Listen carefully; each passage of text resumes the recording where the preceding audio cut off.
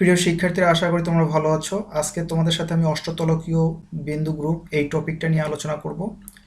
তোমরা নিশ্চয়ই জানো উচ্চতর সন্নিবেশ রসায়ন ও গ্রুপতত্ত্ব এই সাবজেক্টটির একটা গুরুত্বপূর্ণ অধ্যায় হচ্ছে প্রথম অধ্যায়। এই অধ্যায় থেকে প্রতিবারে কিছু না কিছু প্রশ্ন এসেই থাকে, 2-3টে করে প্রশ্ন আসে এবং অধ্যায়টা তোমাদের কাছে তুলনামূলকভাবে একটু কঠিন লাগে।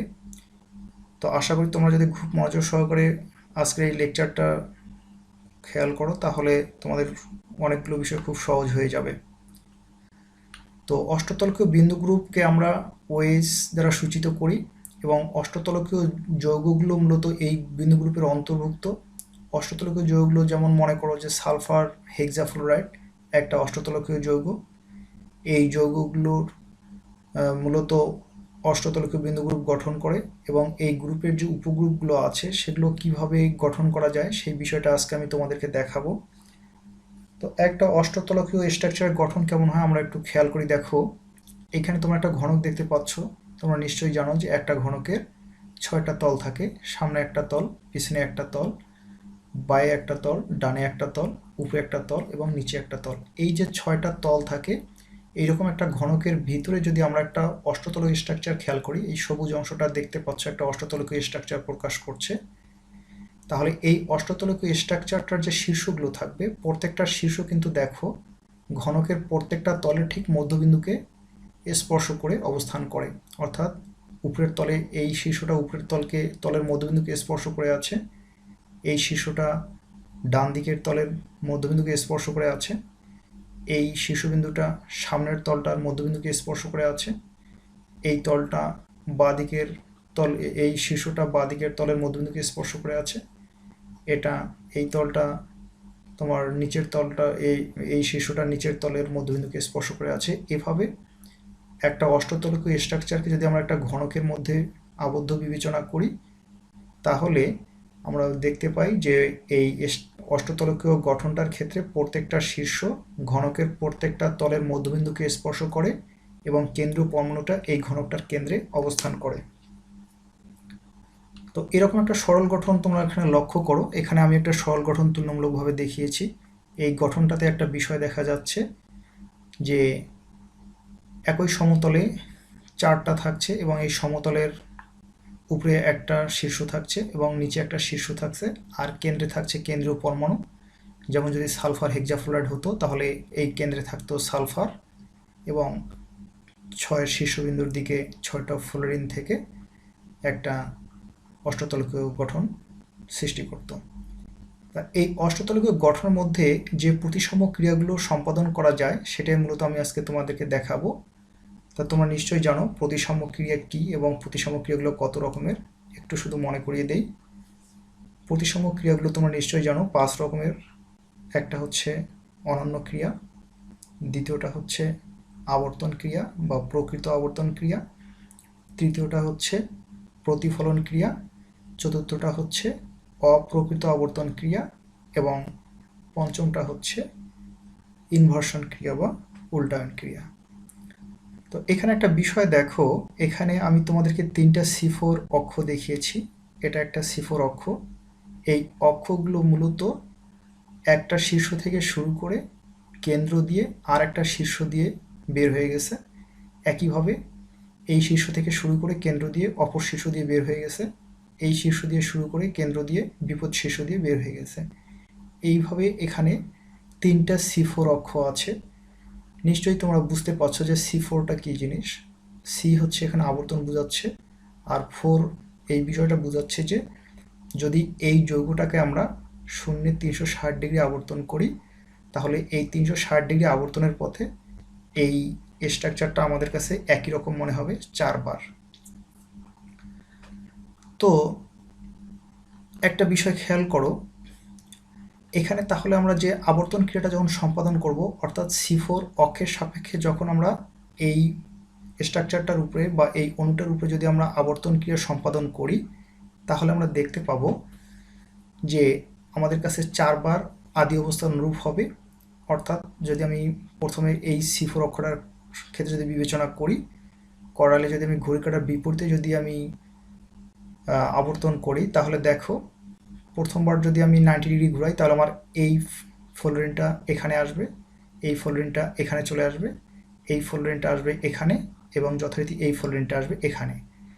এভাবে ফ্লোরিনগুলো যদিও তাদের স্থান পরিবর্তন করলো, কিন্তু অণুটার স্ট্রাকচার কিন্তু আগে যেরকম দেখা যাচ্ছিল এখনও কিন্তু ঠিক একই রকম দেখা যাচ্ছে। তো আবার যদি আমি 90 ডিগ্রিতে ঘুরাই, তাহলে আমার যে ফ্লোরিনটা এখান থেকে এখানে আসলো, এই ফ্লোরিনটা আবার এখানে আসবে, তখন এখানকার ফ্লোরিনটা এখানে যাবে, এখানকার ফ্লোরিনটা তখন আবার এখানে আসবে, আবার এখানকার ফ্লোরিনটা আবার এখানে আসবে। এইভাবে 4বার আদি অবস্থার অনুরূপ হবে। এই জন্য মূলত এখানে C4 বিবেচনা করা হয়েছে, এবং এই ক্রিয়াটাকে মূলত C4 আবর্তন ক্রিয়া বলা হচ্ছে। অর্থাৎ 360 ডিগ্রি আবর্তনের পথে এটা 4বার আদি অবস্থার অনুরূপ হচ্ছে। তাহলে আমরা এই ক্রিয়াটাকে বুঝতে পারছি এভাবে, যখন আমরা প্রথমবার ক্রিয়াটা সম্পাদন করব তখন এটাকে আমরা লিখতে পারবো C4-1, মানে 4বারের মধ্যে প্রথমবার, C4-2 4বারের মধ্যে দ্বিতীয়টা, C4-3 4বারের মধ্যে তৃতীয়টা, এবং C4-4 অর্থাৎ 4বারের মধ্যে চতুর্থটা। তোমরা একটা বিষয় খেয়াল করে দেখো, তোমরা কিন্তু নিশ্চয়ই জানো যে আমরা CNN এটাকে আমরা ই লিখি, তো যেহেতু C4-4 হয়েছে তাহলে এই জিনিসটাকে আমরা ই এর সাথে তুলনা করতে পারবো। ই হচ্ছে একটা আসলে অবেদক অনন্য উপাদান, এটা প্রত্যেকটা বিন্দুরে একটা সাধারণ বৈশিষ্ট্য, এবং প্রতি ক্ষেত্রে এই উপাদানটা থাকবেই। একটা সেটে যেমন কোনো কিছু না থাকলেও কিছু শূন্য থাকে, এইরকম এই উপাদানটা মূলত প্রত্যেকটা প্রতিসাম্য গ্রুপের একটা সাধারণ উপাদান।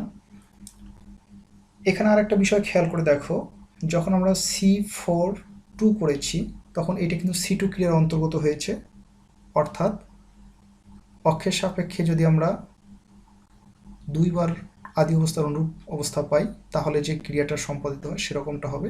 আমি এই বিষয়টা তোমাদেরকে আরও বিস্তারিত দেখাবো একটু পরেই। তাহলে সোজা কথা হচ্ছে যে আমরা যখন এই অক্ষটাকে যখন বিবেচনা করছি, এই অক্ষের সাপেক্ষে যখন আমরা এই স্ট্রাকচারটাকে বা এই অণুটাকে যখন আমরা আবর্তন ক্রিয়া সম্পাদন করছি, তখন আমরা 4টা উপাদান পাচ্ছি, C4-1, C4-2, C4-3, C4-4। এই উপাদান 4টির মধ্যে সাধারণ উপাদান হচ্ছে C4-2 অর্থাৎ C2 এবং ই। এই সাধারণ উপাদান কি আমি তোমাদেরকে একটু বলে দেই, সেটা হচ্ছে যে আমরা যখন এরপর আরও বিভিন্ন রকমের ক্রিয়া যখন সম্পাদন করব তখন এই ক্রিয়াগুলো আবার পুনরায় আবর্তিত হবে। তাই যদি একই ক্রিয়া একাধিকবার যদি আবর্তিত হয় তখন ওই ক্রিয়াগুলোকে আমি মূলত সাধারণ উপাদান হিসেবে বিবেচনা করছি। তো আমি যেহেতু একটা হিসেব নিকেশ করব, হিসেব নিকেশের সাধারণ উপাদানগুলোকে বারবার নিলে আমাদের হিসেবটা ভুল হবে। যেমন একটা সেটে আমরা একই উপাদানকে বারবার নিতে পারি না। যেমন মনে করো একটা নদীর সেট হচ্ছে এরকম যে পদ্মা, মেঘনা, যমুনা, এটা একটা সেট হতে পারে নদীর, কিন্তু এরকম সেট হবে না যে পদ্মা, মেঘনা, মেঘনা, মেঘনা, যমুনা, যমুনা, অর্থাৎ একই নদীর নাম 2বার বা 3বার থাকবে না। অনুরূপে যখন আমরা এই অণুটার উপরে যখন আমরা আরও অন্য সব প্রতিসাম্য ক্রিয়া যখন আমরা সম্পাদন করব তখন দেখব যে এই উপাদানগুলো আমাদের আবার আসবে, এই জন্য আমি এগুলোকে সাধারণ উপাদান বলেছি। তো প্রথম দিকে আমি হিসেবের সময় সাধারণ উপাদানগুলোকে বাদ দেবো, দিয়ে আমি শেষের দিকে যোগ করব। তো একটা বিষয় দেখো যে এখানে যে এই অক্ষটার সাপেক্ষে আমরা যে 4টা উপাদান পেলাম, C4-1, C4-2, C4-3, C4-4, এদের মধ্যে আমরা বলছি যে C4-2 এবং C4-3, C4-2 এবং C4-4 এই উপাদান দুইটা হচ্ছে আমাদের সাধারণ উপাদান। তাই যদি আমরা এই উপাদানকে আপাতত হিসেবের বাইরে রাখি তাহলে আমরা দেখছি যে এই অক্ষের সাপেক্ষে আমরা যখন আবর্তন ক্রিয়া সম্পাদন করছি তখন আমরা মূলত হিসেবযোগ্য 1 আর 1 দুইটা উপাদান পাচ্ছি। তাহলে C4-1 একটা উপাদান পাচ্ছি এবং C4-3 একটা হিসেবযোগ্য উপাদান পাচ্ছি। তাহলে একটা অক্ষের সাপেক্ষে কিন্তু আমরা দুইটা উপাদান পাচ্ছি। তাহলে এখানে যেহেতু আমাদের 3টা C4 অক্ষ আছে, তাহলে অবশ্যই আমরা 3 দুগুণা 6টা উপাদান পাবো। অর্থাৎ সোজাভাবে বলা যায় এভাবে, যখন আমরা এই অণুটার উপরে C4 ক্রিয়া সম্পাদন করব তখন আমরা 6টা উপাদান পাবো। প্রত্যেকটাই কি হবে, 3টা C4-1 হবে, 3টা C4-3 হবে, এরকম। এখন আরেকটা বিষয় দেখো, C3 ক্রিয়া। এখানে একটা বিষয় দেখো, এই যে স্ট্রাকচারটা যে তোমরা যে খেয়াল করছো, এই স্ট্রাকচারটা কিন্তু এই স্ট্রাকচারটারই অনুরূপ, শুধু একটু বিষয় বোঝানোর জন্য এটা আমি লিখেছি। এখানে দেখো এই যে C4 এর এই শীর্ষ থেকে এই শীর্ষ এবং আবার এই শীর্ষ, এইটা মিলে কিন্তু একটা কিন্তু ত্রিভুজ আকৃতির একটা তল তৈরি করেছে। স্বাভাবিকভাবে এই তলে একটা মধ্যবিন্দু একটা আছে। মনে করা যাক যে সেই মধ্যবিন্দুটা হচ্ছে আমাদের এরকম, আমরা ধরছি যে এইটা হচ্ছে সেই মধ্যবিন্দুটা, এবং এই তলটার ঠিক বিপরীত দিকে অপর তিনটা ফ্লোরিন, এই ফ্লোরিন, এই ফ্লোরিন এবং এই ফ্লোরিন, এই তিনটা ফ্লোরিন মিলে আর একটা ত্রিভুজ আকৃতির একটা তল দেখা যাচ্ছে। এই তলের মধ্যবিন্দু মনে করি যে এরকম। তাহলে আমাদের C3 অক্ষটা কিভাবে আছে? C3 অক্ষটা এভাবে আছে যে একটা তলের মধ্যবিন্দু, একটা ত্রিভুজ আকৃতি তলের মধ্যবিন্দু, অর্থাৎ তিনটা পরমাণুকে নিয়ে গঠিত একটা তলের মধ্যবিন্দু থেকে শুরু করে তার ঠিক বিপরীত দিকে অনুরূপ একটা ত্রিভুজের যে তল পাচ্ছি, সেই তলের মধ্যবিন্দুগামী একটা অক্ষ হচ্ছে C3 অক্ষ। এই অক্ষগুলো বুঝতে পারা আসলে খুব গুরুত্বপূর্ণ, কারণ অক্ষগুলোর সাপেক্ষে তোমরা নিশ্চয়ই জানো যে একটা অণুর উপরে একাধিক প্রকার আবর্তন ক্রিয়া সম্পাদন করা যায়। যেমন আমরা একটু আগেই C4 আবর্তন ক্রিয়া সম্পাদন করলাম, এখন আবার আমরা C3 আবর্তন ক্রিয়া সম্পাদন করব। তো C3 আবর্তন ক্রিয়া কীরকম হবে? একটা ত্রিভুজাকৃতির তলের মধ্যবিন্দু দিয়ে শুরু করে ঠিক তার বিপরীত দিকে যে ত্রিভুজাকৃতির তল থাকবে তার মধ্যবিন্দুগামী হবে এই C3 অক্ষটা। তো এই C3 অক্ষ সাপেক্ষে যদি আমরা এখন প্রতিসম ক্রিয়া সম্পাদন করি, তাহলে যে আমরা উপাদানগুলো পাবো সেটা নিশ্চয়ই তোমরা অনুমান করতে পারছো। C3 বোঝাচ্ছে যে শূন্যে যদি আমরা এই অণুটাকে এখন এই অক্ষের সাপেক্ষে যদি 360 ডিগ্রি আবর্তন করি, তাহলে 3 বার আদি অবস্থার অনুরূপ হবে। তাহলে C3 কি উপাদানটা কীরকম হবে? C3গুলো এরকম হবে: C3(1), C3(2), C3(3). আবারও দেখো এখানে C4(4) সমান যেমন ই লিখেছিলাম, এখানে কিন্তু C3(3) সমান কিন্তু আবার ই লেখা যাচ্ছে। এই জন্য কিন্তু এটা কিন্তু সাধারণ উপাদান বলেছিলাম, এবং এটাকে আমি হিসাব করবো একটু পরে। আপাতত সাধারণ উপাদানগুলো আমি হিসাব করবো না। তাহলে একটা বিষয় বোঝা গেল যে আমরা যখন একটা C3 অক্ষের সাপেক্ষে এই অণুটাকে যখন আমরা আবর্তন করব, তখন কিন্তু আমরা তিনটা উপাদান পাচ্ছি। তার মধ্যে একটা উপাদান আমাদের কমন, ওই উপাদানটা বাদ দিয়ে দিলে বাকি থাকতেছে আমাদের দুইটা উপাদান, একটা হচ্ছে C3(1), একটা হচ্ছে C3(2). তাহলে একটা C3 অক্ষের সাপেক্ষে আবর্তন করলে আমরা পাচ্ছি দুইটা উপাদান। এখন এখানে দেখো এরকম কিন্তু আমাদের তল আছে, কিন্তু 8টা তল আছে। কেমন করে? কারণ এটা কিন্তু আমাদের একটা অষ্টতলক। তাহলে এই তল এবং এই তল মিলে একটা তল। আর একটা তল আমি তোমাদেরকে একটু হাইলাইটস করে দেখাই। যেমনটা দেখো নিচের যদি এই তলটাকে যদি একটু বিবেচনা করো, এই তলটা অর্থাৎ এই ফ্লোরিন এবং এই ফ্লোরিনগুলো নিয়ে এই ফ্লোরিন এবং এই ফ্লোরিন মিলে একটা তল হবে, এবং ঠিক তার বিপরীত আর একটা তল হবে কিন্তু এই ফ্লোরিন এবং এই ফ্লোরিন মিলে, এবং ওই তলগুলোর কেন্দ্রগামী কিন্তু আমরা আরও একটা কিন্তু C3 একটা কিন্তু অক্ষ পাবো। এভাবে আমরা অষ্টতলকীয় হওয়ার কারণে এরকম আমরা 8টা তল পাবো, এবং প্রত্যেকটা তলের জন্য যদি আমরা 2টা করে উপাদান বিবেচনা করি, তাহলে আমরা দেখা যাচ্ছে যে যেহেতু 2টা করে তল মিলে একটা অক্ষ হচ্ছে, তাহলে 8টা তলের জন্য আমাদের 4টা অক্ষ হবে, আর প্রত্যেকটা অক্ষের জন্য আমরা পাচ্ছি 2টা করে উপাদান। সুতরাং আমরা C3 ক্রিয়ার মাধ্যমে আমরা পাবো মোট 8টা উপাদান। বিষয়টা আরেকটু বলি, যেহেতু আমাদের এটা একটা অষ্টতলকীয় গঠন এবং প্রতি 3টা ফ্লোরিন মিলে একটা অষ্টতলক গঠন, একটা ত্রিভুজাকৃতির তল গঠন করছে, এবং এই তলের মধ্য থেকে শুরু করে তার বিপরীত দিকের তলের মধ্যবিন্দুগামী যে রেখাটা আছে সেটা হচ্ছে কিন্তু C3 অক্ষ। এরকম C3 অক্ষ আছে কিন্তু এখানে 4টা। তো একটা C3 অক্ষের সাপেক্ষে যখন আমরা ক্রিয়াটা সম্পাদন করছি, তখন আমরা উপাদান পাচ্ছি 3টা। একটা কমন হওয়ার কারণে ওটাকে বাদ দিলে আমাদের উপাদান থাকছে 2টা। তো যেহেতু 2টা তল মিলে একটা অক্ষ হচ্ছে এবং সেখান থেকে আমরা পাচ্ছি 2টা উপাদান, তাহলে এরকম 8টা তল নিয়ে 4টা অক্ষ হবে, এবং প্রত্যেকটা তল থেকে 2টা করে উপাদান পেলে আমাদের মোট C3 ক্রিয়ায় প্রাপ্ত উপাদান হবে 8টা। 4 দুগুণ 8টা। আশা করি বুঝতে পেরেছ। এবার দেখো C2 অক্ষ। তো C2 অক্ষ বোঝার জন্য আমি এই গঠনটাকে আমি আরেকটু করে লিখেছি, বোঝার মতো করে লিখেছি। এখানে যে কাজটা করেছি সেটা হচ্ছে যে 4টা করে ফ্লোরিনকে নিয়ে একটা তল গঠন করেছি। যেমন এই ফ্লোরিন এবং এই ফ্লোরিন, অর্থাৎ একই সমতলে থাকা ওখানে 4টা ফ্লোরিন মিলে কিন্তু একটা তল হয়েছে, যেটাকে আমি নীল কালার করেছি।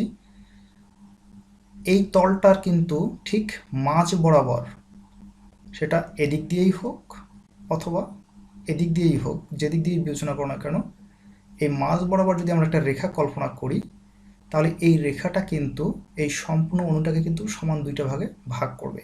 কীরকম ভাগ হবে? যেমন মনে করো যদি একটা ছুরি দিয়ে যদি আমরা কাটি, তাহলে আমরা এই দিক থেকে কাটা শুরু করব। কাটলে ওই ছুরিটা আমাদের ঠিক এই মাছ বরাবর কাটে, নিচের ইয়েটা কেটে অর্ধেক করে দেবে। এই জন্য এটাকে আমরা বলছি C2 অক্ষ। তাহলে একটা বিষয় দেখা যাচ্ছে যে প্রতি 4টা ফ্লোরিন মিলে একটা তল গঠন হচ্ছে, সেই তলটার মধ্যবিন্দু দিয়ে গমনকারী যে অক্ষটা সেটাই হচ্ছে মতো একটা C2 অক্ষ। C2 অক্ষ তাহলে কি হচ্ছে, সি এখানে আবর্তন ক্রিয়া বোঝাচ্ছে আর 2 বোঝাচ্ছে যে এটাকে যদি আমরা 360 ডিগ্রিতে যদি আবর্তন করি এই অক্ষটার সাপেক্ষে, তাহলে কি পাবো, দুইবার আদি অবস্থার অনুরূপ অবস্থা পাবো। এই জন্য এটাকে আমরা C2 বলছি। এখন একটা বিষয় দেখো, এই C2 ক্রিয়া যে আমরা সম্পাদন করছি, এখানে কিন্তু এরকম প্রতি 4টা ফ্লোরিন মিলে যেমন একটা তল হচ্ছে, এই 4টা ফ্লোরিন মিলে আর একটা তল হচ্ছে, অনুরূপে এই ফ্লোরিন এই ফ্লোরিন এই ফ্লোরিন এবং এই ফ্লোরিন মিলে আর একটা তল হবে।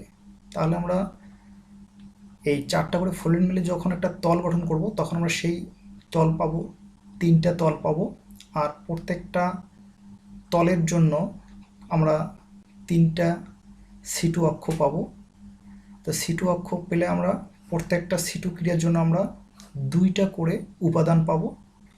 তাহলে এই 3টা তলের জন্য প্রাপ্ত C2 অক্ষ 3টা এবং প্রত্যেকটা C2-র জন্য প্রাপ্ত উপাদান 2টা, কারণ C2 হলে অবশ্যই 2টা পাওয়া যাবে, 180 ডিগ্রি পর পর আদি অবস্থান অনুরূপ হবে। ফলে 3টা তলের জন্য আমরা C2 অক্ষ পাবো 3টা। এখানে মূলত 2টা দেখানো হয়েছে, আর একটা দেখানো হয়নি।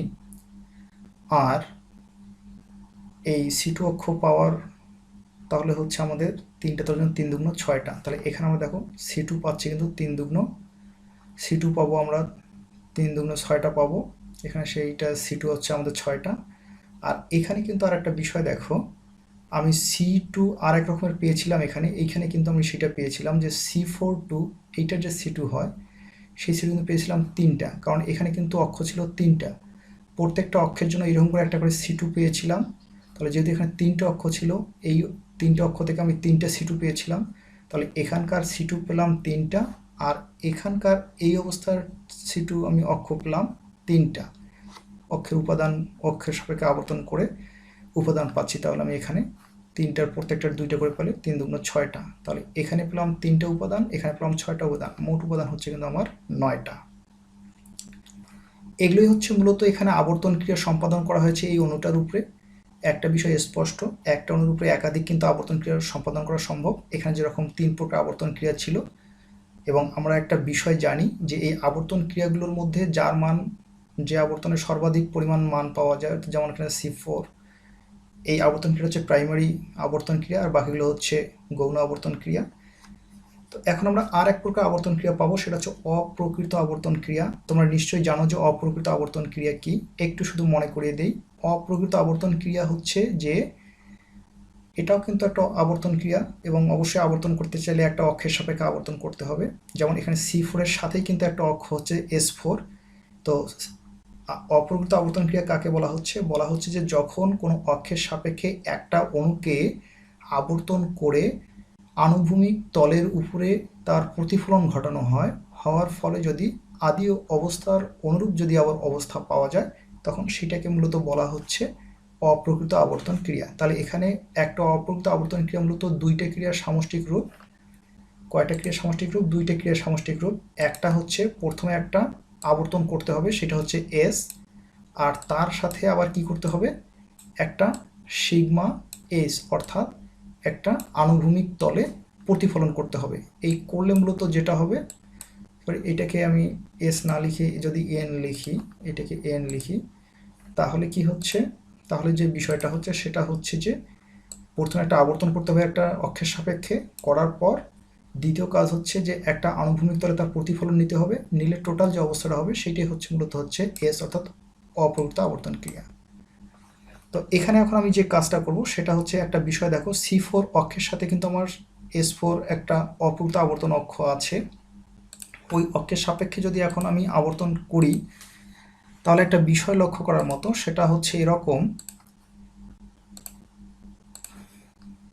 এগুলো একটু মিশিয়ে দেই।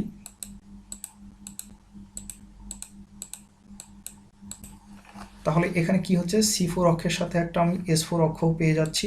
এই S4 অক্ষের মাধ্যমে কিন্তু অপ্রকৃত আবর্তন ক্রিয়াটা ব্যাখ্যা করা সম্ভব। সেটা হচ্ছে, দেখো এখানে C4 যেভাবে 90 ডিগ্রিতে ঘুরাইছিলাম, S4 এর ক্ষেত্রেও কিন্তু আমি 90 ডিগ্রিতে ঘুরাতে পারবো। এই S4 থেকেই কিন্তু বোঝা যাচ্ছে যে এখানে কিন্তু 360 ডিগ্রি আবর্তনের পথে 4বার আদি অবস্থার অনুরূপ হয়েছে।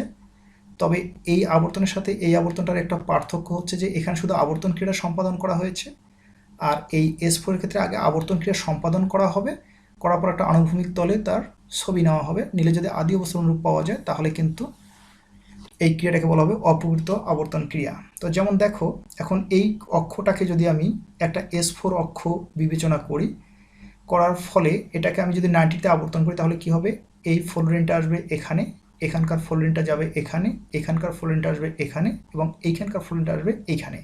এটা কিন্তু একটা আবর্তন কিন্তু হয়ে গেল। এখন আবর্তন করার পর এই যে আনুভূমিক যে তলটা আছে, এই ফ্লোরিন, এই ফ্লোরিন, এই ফ্লোরিন, এই ফ্লোরিন এবং এই ফ্লোরিনের মধ্যে যে আনুভূমিক যে তলটা আছে, এখানে যেটা নীল কালার দিয়ে দেখছো, এই আনুভূমিক তলটাতে যদি এখন আমি একটা প্রতিফলন নেই তাহলে কি হবে, এখানকার ফ্লোরিনের ছবি আমি এখানে পাবো, এখানকার ফ্লোরিনের ছবি আমি এখানে পাবো। তো যদিও আমি এখানকার ফ্লোরিনের ছবি এখানে এবং এখানকার ফ্লোরিনের ছবি যদিও আমি এখানে পাচ্ছি, তারপর কিন্তু দেখো আমার অণুটার গঠন কিন্তু দেখতে একই রকম মনে হচ্ছে। তার মানে হলো এখানে আমি C4 এর মতো আগে ঘুরানোর পর যদি আমি এই তলে যদি আমি প্রতিফলন যদি বিবেচনা করি তাহলে কিন্তু আবার আদি অবস্থার অনুরূপ পাচ্ছি। তাহলে এখানে আমাদের অপ্রকৃত আবর্তন ক্রিয়া S4 এর মানগুলো হচ্ছে এরকম: S41, S42, S43, অর্থাৎ 4বারের মধ্যে প্রথমবার অপ্রকৃত আবর্তন ক্রিয়া, 4বারের মধ্যে দ্বিতীয়বার আবর্তন ক্রিয়া, 4বারের মধ্যে তৃতীয়বার আবর্তন ক্রিয়া এবং 4বারের মধ্যে 4বার আবর্তন ক্রিয়া। তো S44 এই ক্রিয়াটাকে আমরা E বলতে পারি। আর একটা বিষয় দেখো, S42 = C2 ক্রিয়ার মতো হবে। তোমাদেরকে যখন আমি অপ্রকৃত আবর্তন ক্রিয়া পড়িয়েছিলাম তখন আমি দেখিয়েছিলাম যে S42 = C2 এর অনুরূপ হয়। তাহলে এখানে সাধারণ উপাদানগুলো হচ্ছে S42, যেটাকে আমরা C2 বলছি। সাধারণ উপাদান বলছি কারণ এর আগে আমরা একবার সাধারণ উপাদান হিসেবে এগুলো পেয়েছিলাম। এগুলো আমরা এর আগেও বিভিন্ন ক্রিয়া পেয়েছিলাম, যেমন C2 ক্রিয়া পেয়েছিলাম, C4 ক্রিয়া পেয়েছিলাম। আর এখানে S44E, এটার তো এর আগেও পাওয়া গিয়েছিল, এবারও পাওয়া যাচ্ছে, এই জন্য এই দুটো আমাদের সাধারণ উপাদান। তাহলে S4 ক্রিয়া সম্পাদন করে আমি যে 4টা উপাদান পেলাম, এই 4টার মধ্যে যদি আমি সাধারণ উপাদান দুটো যদি বাদ দিই তাহলে কিন্তু আমার উপাদান থাকছে 2টা, S41 এবং S43, এই 2টা উপাদান থাকছে। তাহলে প্রত্যেকটা S4 অক্ষের সাপেক্ষে প্রতিসম ক্রিয়া সম্পাদন করে আমি উপাদান পাচ্ছি 2টা, S41 এবং S43। তাহলে এইভাবে যে এখানে 3টা C4 অক্ষ আছে তার সাথে কিন্তু 3টা S4 অক্ষও আছে। তাহলে এইভাবে 3টা S4 অক্ষ থেকে আমি পাচ্ছি 3 দুগুণ মোট 6টা উপাদান। এবার আর একটা অপ্রকৃত আবর্তন ক্রিয়া খেয়াল করো। দেখো, যখন আমরা C3 অক্ষটা বিবেচনা করেছিলাম তখন কিন্তু আমরা বলেছিলাম যে এই 3টা ফ্লোরিনকে মিলে একটা ত্রিভুজাকৃতির তল গঠন করে এবং তার বিপরীত যে 3টা ফ্লোরিন থাকে এই ফ্লোরিন 3টাকে নিয়ে আর একটা ত্রিভুজাকৃতির তল গঠন করে। এই তল দুইটার মধ্যবিন্দু দিয়ে গমনকারী যে অক্ষটা ছিল এটা ছিল কিন্তু C3 অক্ষ। এখন এই C3 অক্ষের সাথে কিন্তু আমাদের একটা S6 অক্ষ আছে। বিষয়টা তোমাদের কাছে মনে হতে পারে যে C3 অক্ষের সাথে তো S3 অক্ষ থাকা স্বাভাবিক, কিন্তু আসলে সেটা সেরকমটা না। C3 অক্ষের সাথে এখানে S6 অক্ষ আছে। কিভাবে আছে বিষয়টা ব্যাখ্যা করার জন্য তোমাদের একটা ছবি দেখাচ্ছি, এখানে দেখো। তো এই তলটার গঠনটা কিন্তু অনেকটাই এরকম স্ট্যাগার্ড ইথেনের গঠনের অনুরূপ। সেটা কীরকম, সেটা হচ্ছে যে এইখানে যেমন এটা শীর্ষবিন্দু এবং এই শীর্ষবিন্দু 3টে মিলে একটা তল গঠন করছে, এরকম তো এখানে একটা তল গঠন হচ্ছে। তা এইটা তল যেভাবে গঠিত হচ্ছে তার উল্টো দিক থেকে, যেমন এটার একটা শীর্ষ, এটা নিচে 2টা, এটা কিন্তু এখানে 2টা, নিচের দিকে কিন্তু একটা, এভাবে কিন্তু উপরে 2টা নিচে একটা, আর এখানে উপরে একটা নিচে 2টা মিলে কিন্তু একটা তল গঠন করছে। ফলে হচ্ছে কি, এখানে মনে হতে পারে যে প্রতি 120 ডিগ্রি পর পর ঘুরালে আদি অবস্থার অনুরূপ একটা অবস্থা পাওয়ার কথা, কিন্তু এখানে সেরকমটাও হবে না। কেন হবে না? কারণ হচ্ছে যে এখানে যেহেতু এই তোমার শীর্ষটা যেদিকে আছে, এই শীর্ষটার অনুরূপে যদি এই শীর্ষটাও যদি একই দিকে থাকতো, অর্থাৎ যদি এক্লিপস গঠন হতো, তাহলে কিন্তু আমরা ঠিক 360 ডিগ্রি আবর্তন করার সময় 3বার আদি অবস্থার অনুরূপ অবস্থা পেতাম। কিন্তু এখানে যেহেতু স্ট্যাগার্ড গঠনের অবস্থায় আছে, এই গঠনটাকে আমরা স্ট্যাগার্ড গঠনের সাথে যদি তুলনা করি তাহলে আমরা বলতে পারবো যে 120 ডিগ্রি না, মূলত 60 ডিগ্রি পর পর আমরা আদি অবস্থা অনুরূপ অবস্থা পাবো।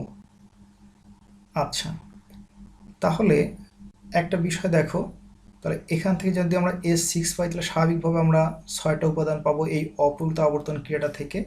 উপাদানগুলো হচ্ছে এরকম: S61, S62 মানে 6 বারের মধ্যে প্রথমবার, 6 বারের মধ্যে দ্বিতীয়বার, 6 বারের মধ্যে তৃতীয়বার, 6 বারের মধ্যে চতুর্থবার, 6 বারের মধ্যে পঞ্চম, 6 বারের মধ্যে ষষ্ঠ। এর মধ্যে থেকে দেখো S66 এটাকে আমরা ই লিখতে পারি। আর একটা বিষয় হচ্ছে যে S64 এইটা C32 এর অনুরূপ হবে। এর আগে কিন্তু আমরা C32 কিন্তু লিখেছিলাম, তাই এই উপাদানটা এখন কিন্তু আমাদের কাছে কিন্তু কি কমন হয়ে গেল। আর একটা বিষয় দেখো, এখানে S62 এটা কিন্তু আমাদের C32 এর মতো হচ্ছে, তাহলে আমাদের কমন উপাদান হচ্ছে S62, S64 এবং S66। এই তিনটা কমন উপাদানকে যদি আমরা বাদ দিয়ে দেই তাহলে আমাদের আর উপাদান থাকছে তিনটা। 6টার মধ্যে থেকে 3টা বাদ দিলে আর থাকছে এখানে 3টা। একটা হচ্ছে S61, S63, S65, 3টে উপাদান থাকছে। তার মধ্যে S63 কিন্তু S63 সমান I লেখা যাবে এবং এই উপাদানটাও কিন্তু আমাদের কিন্তু কমন হবে। তাহলে আমাদের এখন মোট হিসাবযোগ্য এখানে আপাতত হিসাবযোগ্য উপাদান হচ্ছে দুইটা, একটা হচ্ছে S61 আর একটা হচ্ছে S65। অর্থাৎ সাধারণ উপাদানগুলো যদি আমরা বাদ দিয়ে লিখি S63 এইটাকে সমান আমরা I কে যদি বাদ দিয়ে লিখি এবং E কে যদি আমরা S66 E কে যদি বাদ দিয়ে লিখি, আর এর আগে তো C32 লেখা হয়েছিল, তাহলে এই C32কে যদি আমরা এগুলোকে যদি আমরা বাদ দিয়ে লিখি তাহলে আমাদের 4টাই বাদ যাচ্ছে। অর্থাৎ আমরা এই অক্ষের সাপেক্ষে S6 ক্রিয়া সম্পাদন করে যে 6টা উপাদান পেলাম তার মধ্যে থেকে আমাদের 4টা উপাদানে সাধারণ হয়ে যাচ্ছে। তাহলে আমরা বলছিলাম যে সাধারণ উপাদানগুলোকে আমরা পরে আলাদা করে হিসেব করব। তাহলে এখন আমাদের উপাদান থাকছে 2টা। তাহলে এরকম এখানে C3 অক্ষ কিন্তু এখানে একটা, এরকম আরও কিন্তু 2টা তল মিলে একটা C3 অক্ষ পাওয়া গিয়েছিল এবং আমি কিন্তু বলেছিলাম যে যেহেতু এখানে একটা অষ্টতলকীয় গঠন তাই এরকম C3 অক্ষ পাওয়া যাবে 4টা, যেমনটা এখানে পাওয়া যাচ্ছিল যে C3 অক্ষ আমরা পেয়েছিলাম 4টা। অনুরূপে কিন্তু আমরা S6 অক্ষ পাবো 4টা। তো প্রত্যেকটা S6 অক্ষের সাপেক্ষে যেহেতু আমরা হিসেবযোগ্য এখানে মাত্র 2টা উপাদান পাচ্ছি, তাহলে এরকম 4টা S6 উপাদান থেকে আমরা 4 দুগুণ 8টা উপাদান পাবো। এই ছিল আমাদের S6 ক্রিয়া। এরপরে আসি প্রতিফলন ক্রিয়া। এখানে একটা বিষয় দেখো, আনুভূমিক তল, এই 3টা তল মিলে যেমন একটা আনুভূমিক তল, অনুরূপে এই 4টা মিলে যেমন একটা আনুভূমিক তল, অনুরূপে এই ফ্লোরিন এই ফ্লোরিন এই ফ্লোরিন এই ফ্লোরিন মিলে আর একটা আনুভূমিক তল হবে। অর্থাৎ আনুভূমিক তল আছে এখানে 3টা, তাই আমরা আনুভূমিক তল গুণন 3 লিখছি, 3টা আনুভূমিক তল পাচ্ছি। এছাড়াও আমরা ডাইহেড্রাল তল সিগমা ডি এরকম কিন্তু আমরা পাবো 6টা। কেমন করে 6টা পাবো দেখো, একটা তল থেকে কিন্তু আমরা কিন্তু 2টা তল পাচ্ছি, ডাইহেড্রাল তল আমরা 2টা পাচ্ছি। যে তলগুলো ডাইহেড্রাল তল মূলত C2 অক্ষকে ধারণ করে অপর যে প্রধান তোমার C4 অক্ষ তার মধ্যবর্তী কোণকে সমান 2 ভাগে ভাগ করছে। তাহলে এই অক্ষটার যদি আমরা বিবেচনা করি তাহলে এই যে এফ এফ এফ এই একই সমতলে থাকা 4টা এফ মিলে যে তলটা গঠিত হয়েছে এটা হচ্ছে আনুভূমিক তল। আর এই আনুভূমিক তলটাকে কিন্তু যখন আমরা C2 অক্ষ দ্বারা 2 ভাগে ভাগ করছি এবং এই অক্ষকে ধারণ করে যদি আমরা একটা তল বিবেচনা করি তাহলে কিন্তু এখানে আমরা একটা তোমার সিগমা ডি পাবো। তাহলে এইরকম একটা তলকে এদিক দিয়ে যেভাবে ভাগ করা যায়, করার ফলে একটা সিগমা ডি পাবো। এই তলটাকে আবার এই দিক দিয়ে বড় বড় কিন্তু ভাগ করা যায়, তাহলে আমরা দেখছি যে একটা আনুভূমিক তলকে আমরা 2বার C2 অক্ষের সাপেক্ষে ভাগ করে 2টা ডাইহেড্রাল তল পাচ্ছি। তাহলে যেহেতু আমাদের এখানে 3টা আনুভূমিক তল আছে তাই আমরা এখানে ডাইহেড্রাল তল পাবো কিন্তু মূলত 3 দুগুণ 6টা, অর্থাৎ ডাইহেড্রাল তলের সংখ্যা হবে আমাদের 6। তাহলে আমাদের প্রতিফলন ক্রিয়াগুলো হচ্ছে আনুভূমিক তলের উপরে 3টা এবং ডাইহেড্রাল তলের উপরে কিন্তু 6টা। তাহলে আমাদের সাধারণ উপাদান বাদ দিয়ে যদি আমরা মোট প্রতিসাম্য ক্রিয়াগুলো যদি আমরা যোগ করি তাহলে আমাদের উপাদানগুলো কি কি হচ্ছে, এখানে 6টা, এখানে 8টা, 8 6 14 আর 9, 14 9 হচ্ছে 23, 23 আর 6 হচ্ছে 29, 29 আর 8 হচ্ছে 37 আর 3 হচ্ছে 40 আর 6 হচ্ছে 46। মোট আমাদের উপাদান হচ্ছে কিন্তু 46টা। এখন একটা বিষয় দেখো, আমরা কিন্তু সাধারণ উপাদানগুলোকে এখন যোগ করব। তো সাধারণ উপাদানগুলোর মধ্যে যে C2 যে উপাদান ছিল সেই C2 উপাদান কিন্তু এখানে হিসেবে আসছেই। আর এখানে সাধারণ উপাদান থাকলো E আর I, তাহলে এই E এবং I কে যদি আমরা যোগ করি, সাধারণ উপাদান দুইটি, একটা হচ্ছে I এবং আর একটা হচ্ছে E, এই দুইটা যদি আমরা যোগ করি তাহলে একটা অষ্টতলকীয় অণুর উপরে যে প্রতিসাম্য ক্রিয়াগুলো প্রয়োগ করা যায় সেই প্রতিসাম্যগুলো প্রয়োগ করে আমরা মোট 48টা কিন্তু উপাদান পাচ্ছি। এই 48টা উপাদান মিলেই কিন্তু আমাদের একটা অক্টাহেড্রাল গ্রুপের বিন্দু গ্রুপ গঠিত, অর্থাৎ একটা অক্টাহেড্রাল বিন্দু গ্রুপে মোট উপাদান হচ্ছে এরকম 48টা। কীরকম দেখো, এখন সবগুলো ই থেকে একটা ই, C4 হচ্ছে 6টি, C4 কোথায় ছিল, এখানে ছিল C4 হচ্ছে 6টি, C2 হচ্ছে 3টি, এই 3টি হচ্ছে C2, এই 3টি হচ্ছে C2, আবার C3 কিন্তু হচ্ছে 8টি, C3 8টি কোথায়, C3 8টি হচ্ছে এখানে C3 ছিল, 4 দুগুণ 8টি হচ্ছে C3। তারপরে এখানে এই তোমরা স্পষ্টই বুঝতে পারছো যে এই C3 মধ্যে C31 এবং C32 এইরকম C31 4টা, C32 4টা মিলে মোট 8টা হচ্ছে। যাই হোক, এখন আর এক্সপ্লেনেশন দেবো না, নাহলে জটিল মনে হবে। এখানে দেখো C2 অক্ষ কিন্তু আর আছে 6টি, এখানে আমরা C2 অক্ষ এরকম পাইছিলাম 3টি এবং এখানে কিন্তু পাইছিলাম 6টি, 6 আর 3 মোট ছিল 9টি। S4 ছিল 6টি অক্ষ, S4 6টি, S4 ছিল 6টি, আর এছাড়াও S6 ছিল কিন্তু 8টি, S6 এর ছিল 8টি, আর I ছিল 1টি, 3টা ছিল আনুভূমিক তল এবং 6টা ছিল ডাইহেড্রাল তল, মোট হচ্ছে 48টি। 1 আর 6 7, 7 আর 3 10, 10 আর 8 18, 18 আর 6 হচ্ছে 24, 24 আর 6 30, 30 আর 8 38, 38 আর 1 39, 39 আর 3 42, 42 আর 6 46। এই 48টি উপাদান হচ্ছে অষ্টতলকীয় বিন্দু গ্রুপের উপাদান। আশা করি তোমরা বুঝতে পেরেছো। যদি তোমাদের বুঝতে অসুবিধা হয়, আশা করি তোমরা ভিডিওটা আবার রিউইন্ড করে দেখবে, দেখলে তোমাদের বিষয়গুলো অনেক সহজ হয়ে যাবে। তারপর যদি বুঝতে অসুবিধা হয় আমাকে অবশ্যই তোমরা জানাবে। তোমাদের সবাইকে অনেক অনেক ধন্যবাদ।